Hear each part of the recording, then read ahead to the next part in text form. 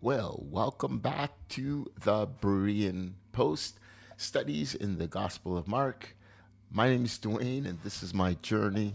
I'm not chasing stages, I'm not quoting gurus. I'm just opening up the scripture and letting it hit the way it did the first time readers. I want to see it the way that they saw it. At the Berean Post, the goal is very simple: test everything by the word, not by tradition, not by church dogma. And so today we're in Mark chapter 1, verses 21 to 28, where Jesus walks into a synagogue, opens his mouth, and suddenly everybody realizes that they aren't in control anymore. Let's go ahead and jump right into the text. We're looking at verses 21 to 28 of Mark chapter 1. It says, they went into Capernaum, and immediately on the Sabbath, he entered the synagogue and taught. They were astonished at his teaching, for he taught them as one having authority, not as the scribes. Now there was a man in the synagogue with an unclean spirit, and he cried out, saying, "Let us alone. What have we to do with you, you Jesus of Nazareth? Did you come to destroy us? I know who you are. You're the Holy One of God." But Jesus rebuked them, saying, "Be quiet and come out of him."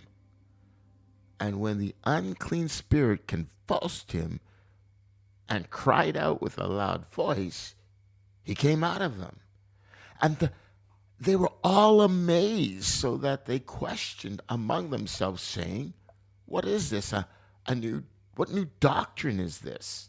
For with authority he commands even unclean spirits to obey him." And immediately, there's that word again, his fame spread throughout all of the region around Galilee. Wow. The people are stunned. They said, "He taught with authority, not like the scribes." Well, what does that mean? Well, the scribes didn't speak for themselves. They borrowed authority. They were always quoting the superstars. Rabbi so and so said, and Rabbi so and so said this. Their sermons were stacked with footnotes, not a living word. And let's be honest, that hasn't changed. Test it in many churches today. Count how many sermon illustrations are recycled secondhand, third hand. How many pastors build entire series around someone else's bestseller? Some even brag about it. We're preaching through Pastor Big Name's book in this season. That's not authority, that's recycling. That's clerical plagiarism dressed up as ministry. And if you're satisfied with that, fine, then admit it. You're not following Jesus' words, you're following someone's commentary on it.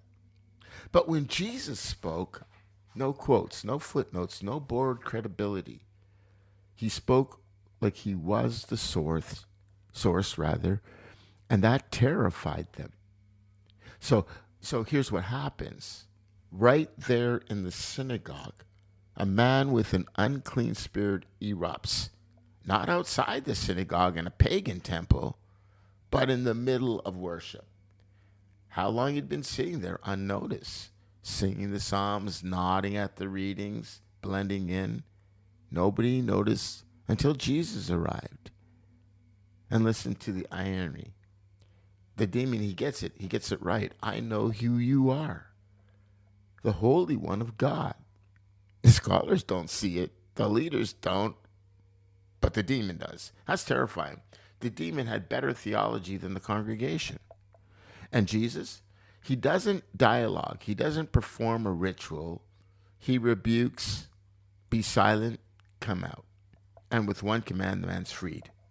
Now that's authority, not recycled, not secondhand. It's real. The crowd erupts. What is this? A new teaching with authority? Even unclean spirits obey him. And they understood something we forget.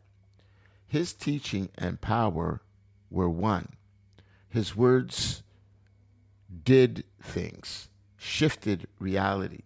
We like to think our words do, but they don't. Rome had armies, rabbis had commentaries, Jesus had authority that reordered the spiritual world. So here's the question. Whose authority do you really submit to? Rome's version, controlled through power, the scribes' version, endless recycled talk, or Jesus' voice, the only one that actually breaks chains? Why this matters? Well, because Mark wants to see Jesus isn't one more voice in the noise. He's the voice, the authority over every power, and every other power only pretends to have power. And maybe here's where the uncomfortable mirror comes in. Because we have to ask, are we living by his authority or just swimming in recycled opinions? Be honest, do you quote your favorite preacher more than you do Jesus? Do you get more excited about the next Christian book release than opening the Gospels? If a demon recognized him before you do, then something's wrong. Mark doesn't give us theory. He gives us a king whose words silence demons and leave people trembling. Thanks for joining me here at the Berean Post. And if this bugs you, confronts you, well, great.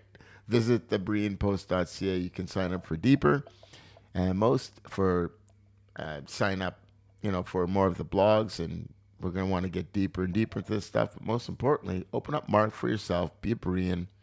Test everything, accept nothing but the authority of Scripture. Next time, we're going to read how Jesus leaves this temple and then walks into homes, and his authority just follows along. He brings it there with him, healing the region, healing where religion could never heal. So until then, still stay rooted in the Word, and ask yourself, when he speaks, do you trust it as one opinion among many, or as the authority that demands obedience?